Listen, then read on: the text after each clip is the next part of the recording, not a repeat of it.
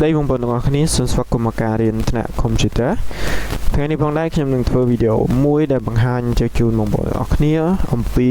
របៀបប្រើប្រាស់ទៅ Computer មានន័យថាមូលដ្ឋានគ្រឹះនៅក្នុងការប្រើប្រាស់ Computer ដើម្បីប្រើប្រាស់ Computer ដែលប្រើទៅត្រូវតាមក្បួនរបស់គេតែគេប្រើយ៉ាងម៉េចដើម្បីកុំឲ្យ Computer ឆាប់ខូចអញ្ចឹងសម្រាប់បងប្អូនដែលមិនចេះប្រើប្រាស់ Computer សោះអាចចូលរួមទស្សនាបានហើយសម្រាប់បងប្អូនដែលគាត់ចេះស្រាប់ហើយគាត់ក៏អាចចូលរួមទស្សនាចាប់ទុកថាជាការកម្សាន្តអីក៏បានដែរអូខេតើអញ្ចឹងតើចង់ដឹងថារបៀបប្រើប្រាស់ Computer ហ្នឹងយ៉ាងម៉េចអូខេតើអញ្ចឹងពាក់ព័ន្ធជាមួយនឹងមូលដ្ឋានគ្រឹះ Computerខ្ញុំមានពីរចំណុចដែលចង់បង្ហាញទី1គឺពាក់ព័ន្ធជាមួយនឹងរបៀបបើក Computer ទី2គឺរបៀបបិទ Computer តើបើក Computer បើកយ៉ាងម៉េចហើយបិទ Computer តើយើងបិទយ៉ាងម៉េចឲ្យត្រូវអូខេចឹងនៅលើ Computer នេះគេហៅថាជាប្រភេទ desktop ចឹង desktop គឺជាប្រភេទ Computer ដែលយើងដាក់នៅលើតុ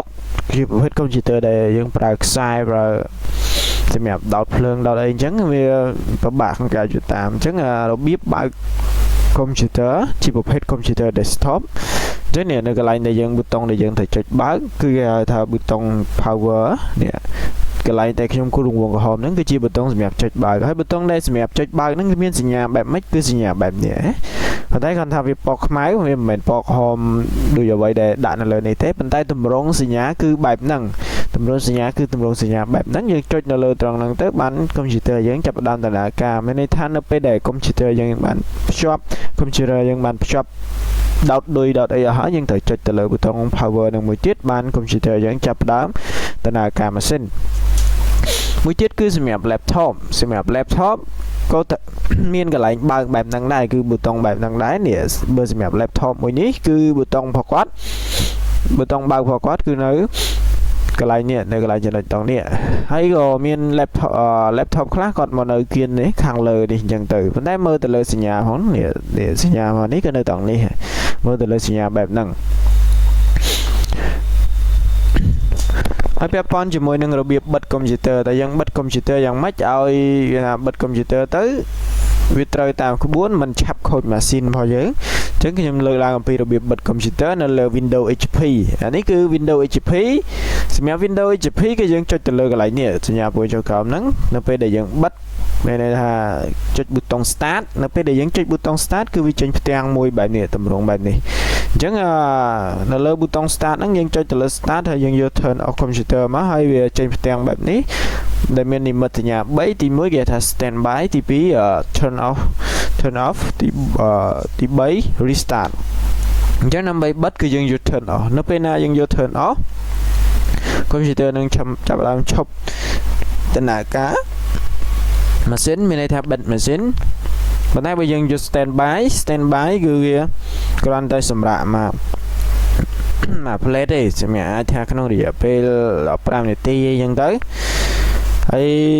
អាមិត្តសញ្ញានេះវាអាចនឹងខុសពី Windows 7 ឬក៏ Windows 10 ឬក៏ 8 អញ្ចឹងបើ 10 ឬក៏ 8 និមិត្តសញ្ញាបែបហ្នឹងវាអាចជានិមិត្តសញ្ញាសម្រាប់បិទប៉ុន្តែអានេះជានិមិត្តសញ្ញាសម្រាប់ standby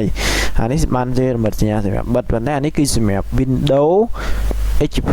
អូខេហើយមួយនេះគឺសម្រាប់ Windows 7 អញ្ចឹងសម្រាប់ Windows 7 គឺវាមានតម្រងបែបហ្នឹងហើយដើម្បីបិទលើ Windows 7 គឺបងប្អូនចុចទៅលើផ្ទាំងមួយនេះកន្លែងនេះកន្លែងខ្ញុំកំពុងតែឆ្អល់នេះផ្ទាំងមួយហ្នឹងគេហៅថាប៊ូតុង Start កន្លែងហ្នឹងចុចលើហ្នឹងមួយមកហើយយើងយកពាក្យថា Shutdown អញ្ចឹងកាលណាយើង Shutdown ទៅ Computer ហ្នឹងនឹងឲ្យលុតទៅខ្លួនឯងអញ្ចឹងវាជាកន្លែងហ្នឹងយើងមានន័យថាបិទ Computer មិនមែនយើងបើកហើយដល់ពេលបិទយើងទៅចុចអាប៊ូតុងបិទវិញទេចុចប៊ូតុងដែលយើងធ្លាប់បើកចុចបិទហ្មងឬក៏យើងបើ laptop ឬក៏បត់ទុកយកហ្មងវាបិទខ្លួនឯងអត់ទេគឺយើងចុចនៅលើ Start ហើយយើងយកពាក្យថា Shutdown ទៅ Computer នឹងឈប់ដំណើរការហើយសម្រាប់មួយនេះគឺ Windows 8 ចឹងសម្រាប់ Windows 8បងប្អូនអាចយកនេះម៉ៅមកគៀនខាងនេះកាលណាបងប្អូនរុញម៉ៅចេញមកគៀនខាងនេះវានឹងបង្ហាញផ្ទាំងនេះមួយដែលកំពុងតែឃើញហ្នឹងបង្ហាញផ្ទាំងនឹងមួយយើងចុចទៅលើនេះ សញ្ញាហ្នឹងឬក៏ពាក្យថា power ហ្នឹងចុចទៅលើហ្នឹងមួយវានឹងចេញផ្ទាំងនេះឲ្យមួយទៀតផ្ទាំងវាមានពាក្យ sleep shut down restart អញ្ចឹង sleep មានន័យថាយើងមិនមែនបិទកុំព្យូទ័រប៉ុន្តែយើងគ្រាន់តែផ្អាកកុំព្យូទ័របន្តអាសន្នកាលណាយើងកវីម៉ៅឬក៏ចុចប៊ូតុងអីមួយកុំព្យូទ័រនឹងឡើងភ្លឺឡើងវិញដំណើរការឡើងវិញតែបើបិទយើងចុចនេះ shut down ចុច shut down power យក shut down មកអញ្ចឹងកុំព្យូទ័រនឹងលុតកុំព្យូទ័រនឹងឈប់ដំណើរការហើយបើ restart យើងដឹងហើយ restart គាត់ថាជាការ restart ហើយត្រឡប់វិលមកវិញវាអត់ខុសអីពីទូរស័ព្ទទេហើយសម្រាប់មួយនេះគឺ Windows H.1 តម្រងនេះតម្រងពណ៌លឿងហ្នឹង Windows H.1 គឺនេះប៊ូតុង Start របស់ H.1 យើងគ្រាន់តែចុចនៅលើហ្នឹងមកចាំណាយើងចុចលើហ្នឹងវានឹងបង្ហាញផ្ទាំងបែបនេះយើងចុចមកវាបង្ហាញផ្ទាំងបែបហ្នឹងវានេះចុចលើសញ្ញាអញ្ចឹងបង្ហាញផ្ទាំងបែបហ្នឹងមកហើយវាចុចលើមកវាចេញផ្ទាំងចេះមួយទៀតអញ្ចឹងយើងចុចចេញផ្ទាំងអញ្ចឹងយើងយកពាក្យ shut down មកស្តៀងគ្នាគាត់ថាវាកន្លែងចុចខុសគ្នាស្តៀងជាមួយនឹង H.1 ស្តៀងនឹង H ហើយ Windows 10 ក៏បិទបែបហ្នឹងដែរ Windows 10 ក៏ស្តៀងនឹង Windows អីដែរចុចទៅហ្នឹងមកហើយ